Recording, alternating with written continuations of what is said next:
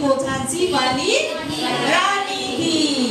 तो बहुत पुराना जुगरु हमर बहुत उदाहरण अछि आ तुमे माने बहुत बढ़िया स्पीच भी देल। आ गोटे कथा मन रखो, पुओ जति वंश जिया जति अंश, पुओ जति संस्कार पुओ होची अच्छा, पुओ जति मंदिर जिया होची जिया होची ध्वजा, आ पुओ जति गीत जिया होची संगीत हैला।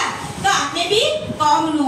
अच्छा गोटे कथा मन रखो, तमे सब बहुत बढ़िया डिबेट देल किंतु मेन थीम टा को टिके मनरे टिके टच कर पारन। देखो विकसित राष्ट्र गठन रे नारी रो भूमिका।